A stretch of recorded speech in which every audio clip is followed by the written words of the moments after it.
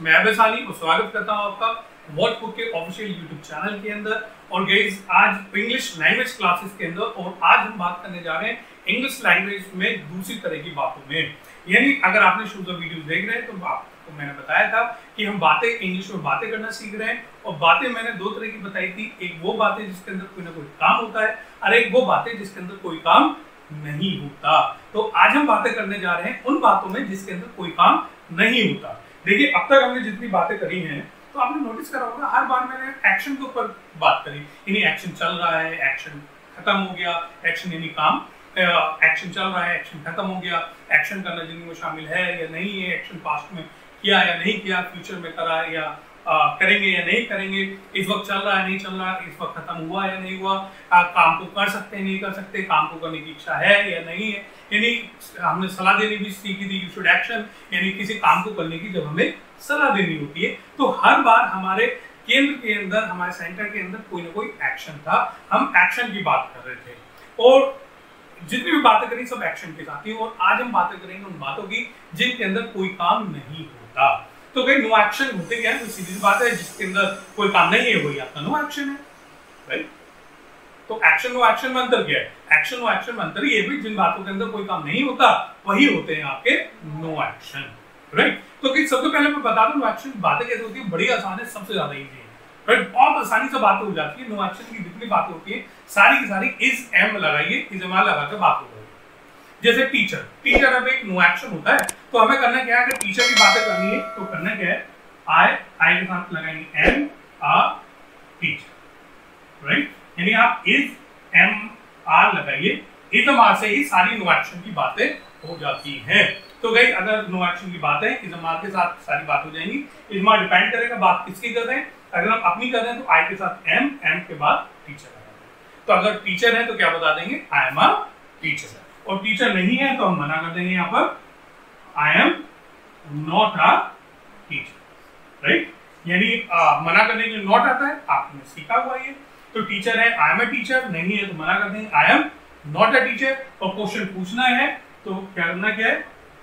Are you a teacher, right? You say question पूछना है, you के साथ आता है आर, तो क्वेश्चन बन गया आर यू अ टीचर। हमारी नो एक्शन की सारी बात।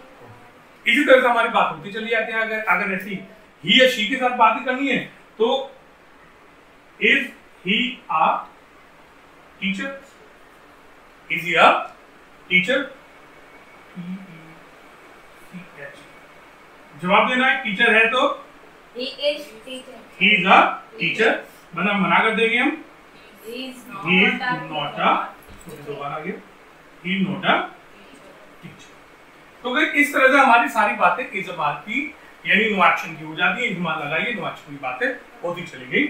Are you a teacher, is he a teacher, is she a teacher, सारी बातें इसी तरह से होती चली गई। मैंने कहा था मुश्किल नहीं है, बहुत आसान है नो एक्शन की बातें करना।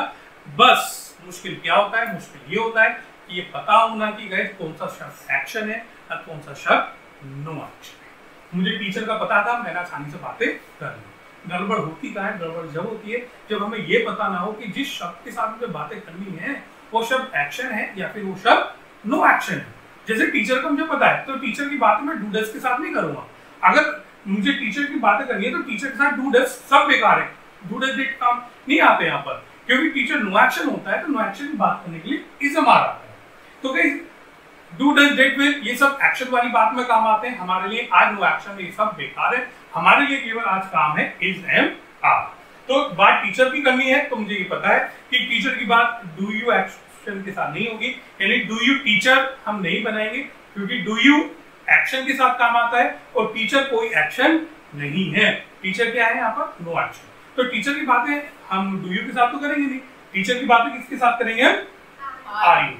बस यही एक बेसिक कॉन्सेप्ट है जो हमारे माइंड में कर लेना है कि भाई ये जो शब्द है ये शब्द एक्शन है या फिर ये शब्द नो एक्शन है। एक्शन है तो डू यू से बातें करूंगा, और अगर नो एक्शन है तो आर यू से बातें करूंगा। बस यही हमारी एक्शन और नो एक्शन को अलग करने की मंशा थी। हमने पहली क्लास में एक्शन नो एक्शन को अलग इसलिए करा था ताकि आप जो एक्शन वाली बातें हैं उसे तो डू यू से शुरू करें और नो एक्शन की वाली जो बातें उसे आर यू के साथ शुरू करें, राइट? अगर आपने ये चीज समझ ली तो अच्छा है, वरना क्या होगा? एक्शन की बात आप आर यू से चालू करेंगे, और नो एक्शन की बात आप डू यू से चालू करेंगे, राइट। तो जिस तरह एक्शन की बातें आर यू से नहीं करनी, उस तरह नो एक्शन की बातें डू यू से नहीं करनी। अब अगर टीचर की बातें करनी है, हमारे पास शब्द है टीचर, तो टीचर की बात हम डू यू टीचर से नहीं करेंगे, आर यू अ टीचर।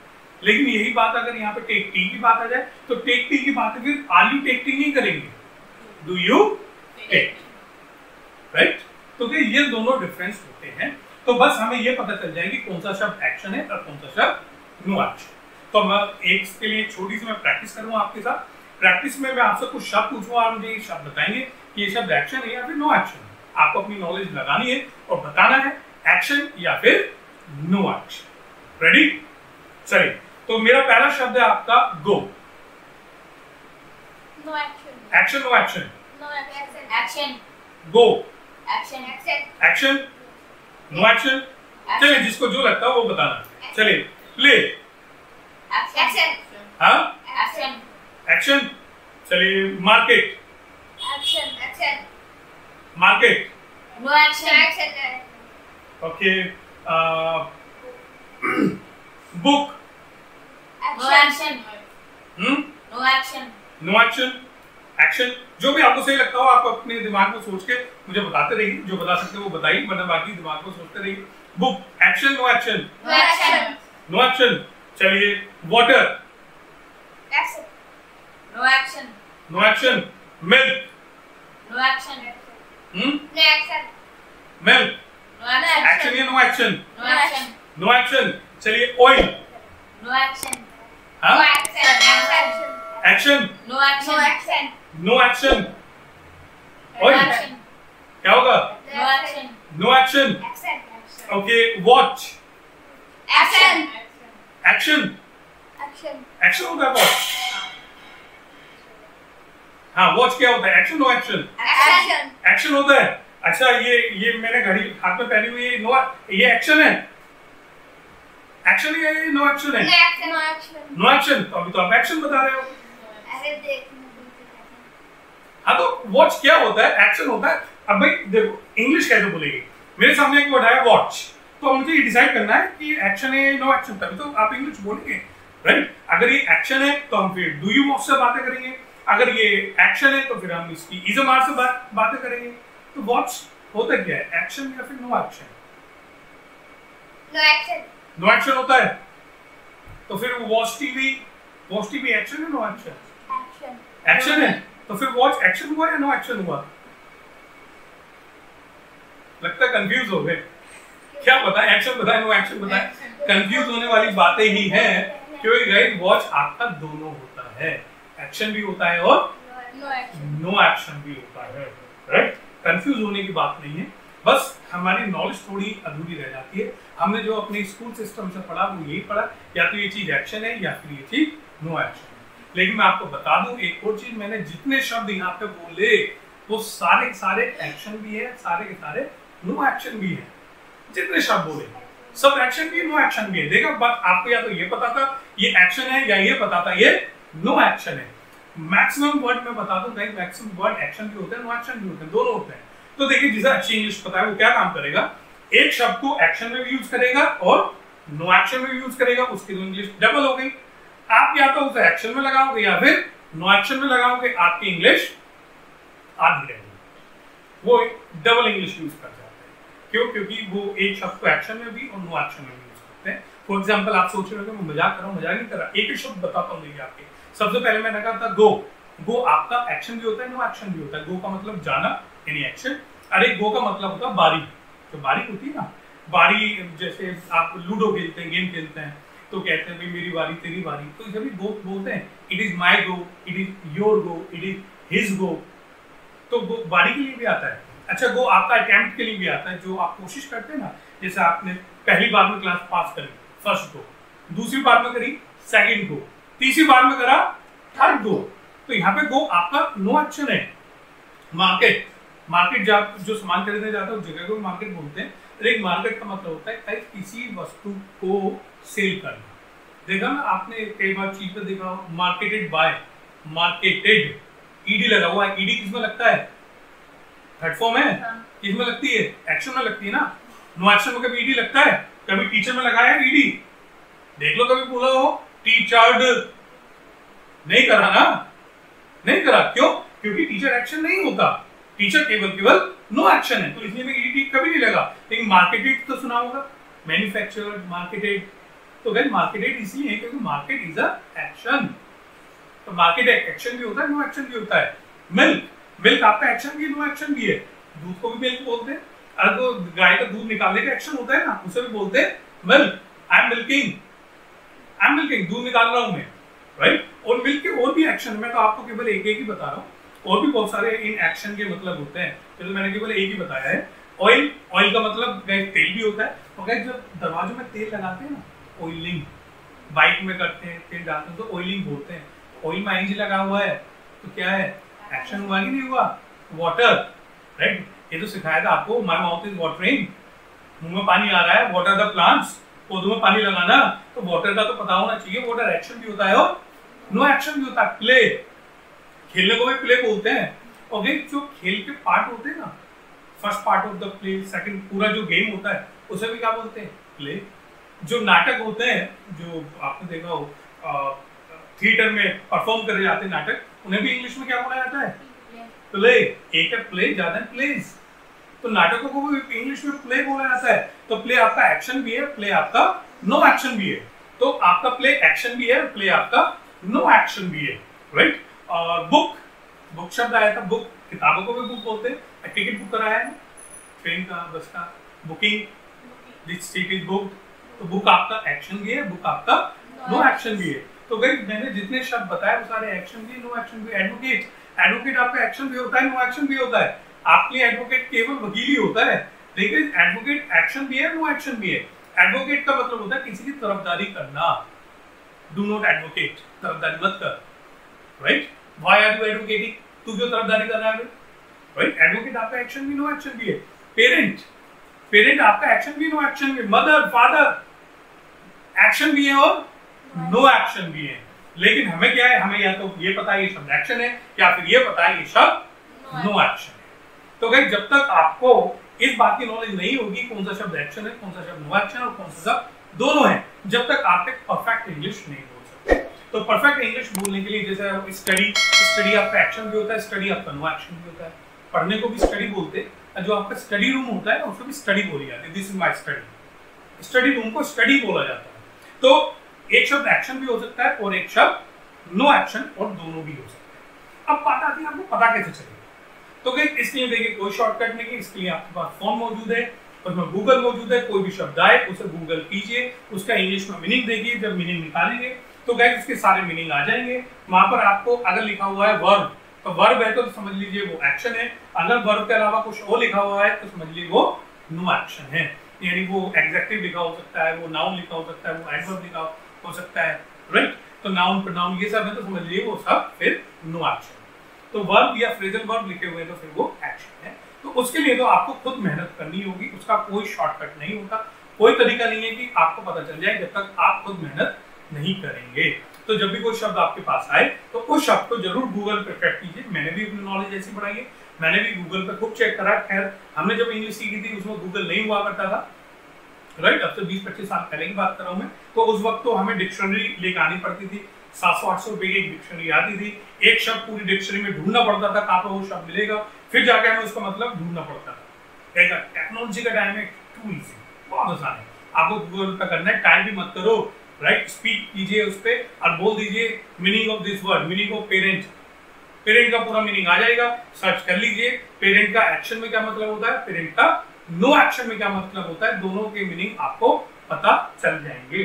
तो गाइस एक शब्द आपका एक्शन भी हो सकता है, एक शब्द आपका नो एक्शन भी हो सकता है। अब हम एक्शन वाली बात तो छोड़ देते हैं, अब हम मान लेते हैं this is no action, this is no action. तो कहीं नो एक्शन में अब कोई शब्द अगर आपका है तो कहीं शब्द जैसे मैंने भी आपको बताया था ना कि वर्ब को छोड़ के बाकी सारे आपके नो एक्शन होने, क्योंकि नो एक्शन में कोई एक तरह के वर्ड नहीं आते, कई तरह के वर्ड आते हैं। तो अपनी ट्रेनिंग के हिसाब से हम इन शब्दों को पहले 2 अलग पार्टों में बांटेंगे और शब्द को फिर अलग 2 पार्ट में बांटेंगे। तो वीडियो पॉज करके आप इसे उतार सकते हैं, राइट। और इसे उतारने के बाद आप दोबारा क्लास स्टार्ट कर सकते हैं।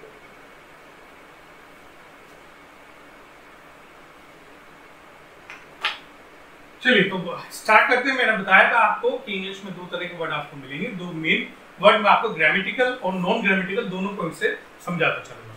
तो गाइस या तो कोई शब्द होगा आपको नाउन या फिर कोई शब्द होगा आपका एडजेक्टिव, नो एक्शन, राइट? या तो होगा नाउन या फिर होगा एडजेक्टिव। ये है आपका ग्रामेटिकल पॉइंट। ग्रामेटिकल पॉइंट के हिसाब से अगर स्कूल की ग्रामर के हिसाब से देखें तो स्कूल में आपने पढ़े होंगे नाउन, नाउन प्रोनाउन पढ़े होंगे और यहाँ पे पढ़े होंगे एग्जैक्टिव, पढ़े होंगे ना। तो अगर इस तरह के दो कैटेगरी होती है, लेकिन हम क्या करते हैं, हमें आपको दो नहीं चार कैटेगरी में लेके चलते हैं, क्योंकि इंग्लिश को सिखाने के हिसाब से आगे एडवांस क्लासेस के हिसाब से हम इसे चार पार्ट में कर देते हैं। इसको दो पार्ट में करते हैं। पहला होता है हमारा नेम, राइट? मैं इसे ग्रामेटिकल पॉइंट मिटाई देता हूँ और सीधे सीधे मैं इसे अपनी क्लास के हिसाब से आपको बताता हूँ। तो सबसे पहला हो गया नेम। किसी भी चीज का नाम अपने आप में नो एक्शन होता है। जैसे आप वॉच में कंफ्यूज हो रहे थे, वॉच हमें कैसे पता चलेगा भाई? वॉच अगर किसी चीज का नाम है तो वो है नो एक्शन, और किसी चीज का नाम नहीं है तो फिर वो है एक्शन। जैसे कि एक चीज है, इसका नाम वॉच है, तो अगर इस चीज की बात चल रही है, ये वाला वॉच है, तो वो हो गया नो एक्शन, और ये वाला वॉच नहीं है तो फिर वो एक्शन, राइट? ठीक इसी तरह बुक, राइट? अगर मैं बुक आपको दिखाता हूँ, यहाँ पर ये हमारी बनाई हुई बुक है, और ये बुक अगर मैं इस बुक की बात कर रहा हूँ यहाँ पर, तो ये बुक हो गया आपका नो एक्शन। लेकिन अगर मैं चीज की बात नहीं कर रहा हूँ तो बुक हो गया आपका एक्शन।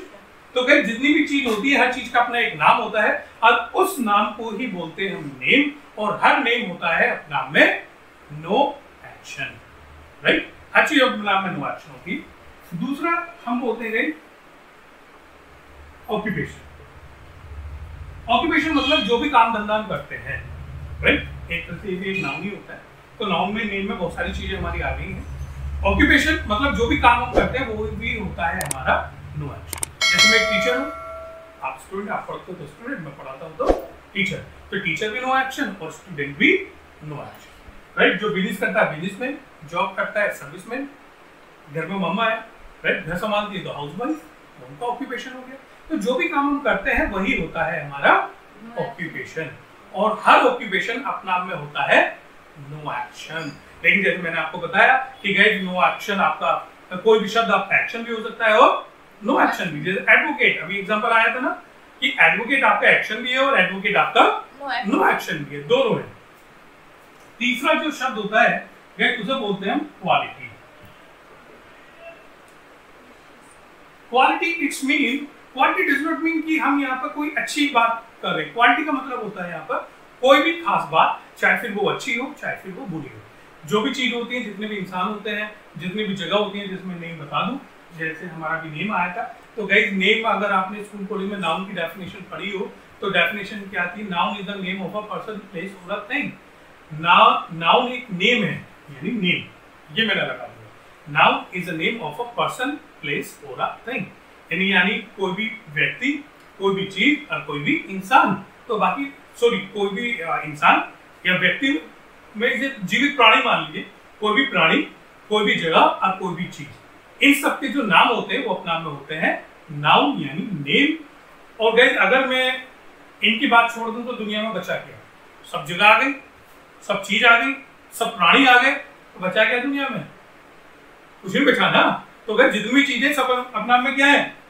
नेम। नेम यानी नाउन। ये भी नाउन है, ये भी नाउन है, ये भी नाउन है, ये भी नाउन है, ये भी नाउन है, सब नाउन है भाई। आप भी तो क्या हो? नाउन ही हो ना, आपका भी नाम है। तो गाइस हम सब नो एक्शन होते हैं, ये सब चीजें नो एक्शन होती है। अब ये जितनी भी चीजें, इन चीजों के अंदर या कोई ना कोई अच्छी बात होती है, कोई ना कोई खास बात होती है। वो खास बात अच्छी भी हो सकती है, वो खास बात बुरी भी हो सकती है। तो जो भी खास बात होती है वही होती है हमारी क्वालिटी। तो कोई इंसान अच्छा भी हो सकता है, बुरा भी हो सकता है, तो या तो आप उसकी अच्छाई बताओ तो भी नो एक्शन से बताना पड़ेगा, यानी इजमार से बताना पड़ेगा, और बुराई बताओगे तो भी आपको इजमार से ही बतानी पड़ेगी। डू यू से क्वालिटी नहीं बताई जाती, क्वालिटी बताई जाती है आर यू, राइट? क्लियर? चौथा जो वर्ड आता है वो आती है हमारी कंडीशन। What is condition? किसी भी इंसान, किसी भी जगह, किसी भी चीज को देखकर जैसी वो दिखती है वही कहलाती है उनकी कंडीशन। अब इंसान को देखकर पता चलता है कि कौन इंसान खुशी है, कौन दुखी है। शक्ल देख के बता दो कि नहीं? खुश है तो हंस रहा होगा, चेहरे से पता चल जाएगा। दुखी है तो चेहरा देख के पता चल जाएगा। परेशान है, चेहरा देख के बता दो कि कौन इंसान परेशान है, कौन इंसान दुखी है, कौन इंसान खुश है, कौन मुंह लटका के बैठा हुआ है। तो जैसा वो दिखता है वही होती है उसकी कंडीशन। गुस्से में है तो आपको अलग दिख जाएगा ये गुस्से में, राइट। खुशी है तो अलग दिख जाएगा खुश है। चीजें अलग दिख जाती है, नई है और ये पुरानी है। क्यों? क्योंकि जो आप देख के बता सकें वही कहलाती है कंडीशन। क्वालिटी देख के बता सकते हो कौन इंसान ईमानदार है, कौन बेईमान है? शक्ल देख के बता सकते हो? नहीं पता चलता ना, शक्ल से पता नहीं चलता कि कौन ईमानदार है, कौन बेईमान है, राइट। लेकिन शक्ल देख के ये पता चल जाता है कि कौन खुश है और कौन दुखी है, राइट। तो इसलिए हमने गेट कंडीशन और क्वालिटीज को अलग अलग करा और आगे जाके इनकी बातें भी अलग अलग ही होंगी। तो कुल मिला के ये 4 तरह के शब्द आपको नो एक्शन में मिलेंगे, या तो नेम, या ऑक्यूपेशन, या क्वालिटी, या फिर कंडीशन। इन चारों की वार्तालाप हम लोग नो एक्शन के अंदर करेंगे। वार्तालाप इज एम आर इसके साथ होगी, इज एम आर के साथ, राइट। क्लियर? तो भाई ये वीडियो पोस्ट करके ये ग्राफ आप अपने पास बना लीजिए। और इसके साथ साथ मैं एक चीज और आपको यहाँ पे लिखवाने वाला हूँ, आप एडवांस में उसे लिख कर रख लीजिए। एक चार्ट बनवाने वाला हूँ जो आगे जाके क्लास में मैं एक्सप्लेन करूंगा। यहाँ पर आप उस चार्ट को अपने पास चलेगा। तो अब अगर आप लिख चुके हैं तो वो चार्ट मैं आपको बनवाता हूँ। चार्ट को आप बना लीजिए, वीडियो को पॉज करके बना सकते हैं या मेरे साथ साथ भी आप बना सकते हैं ताकि इजीली आप बना लें। ये सारे शब्द इंग्लिश में बहुत काम के, कितने काम के हैं ये मैं आगे आने वाले वीडियोस में आपको बताऊंगा। यहाँ पर चलिए पहले लिखते हैं I, you, he, she, they, we, it. अगला है me, you, him, her, them, us and it. Next है my, your, his, her, their, our and its. Right? इसके बाद आता है mine, yours, his, hers, theirs, ours and its. Right? I, me, my, mine, you, your, yours, he, him, his, she, her, hers, they, them, their, theirs, we, us, our, ours, it, its and its. Next है myself,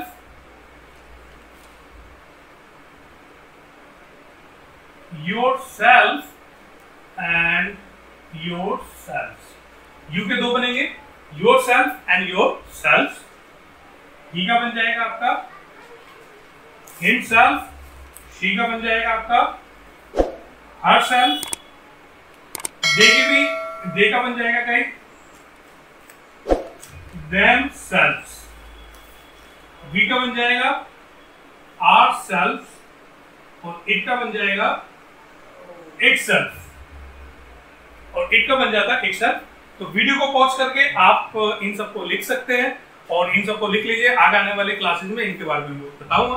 तो आज की class हम यही stop करेंगे, अगली classes में दोबारा मुलाकात होगी। जब तक के लिए फ्रॉम माय साइड, जय हिंद।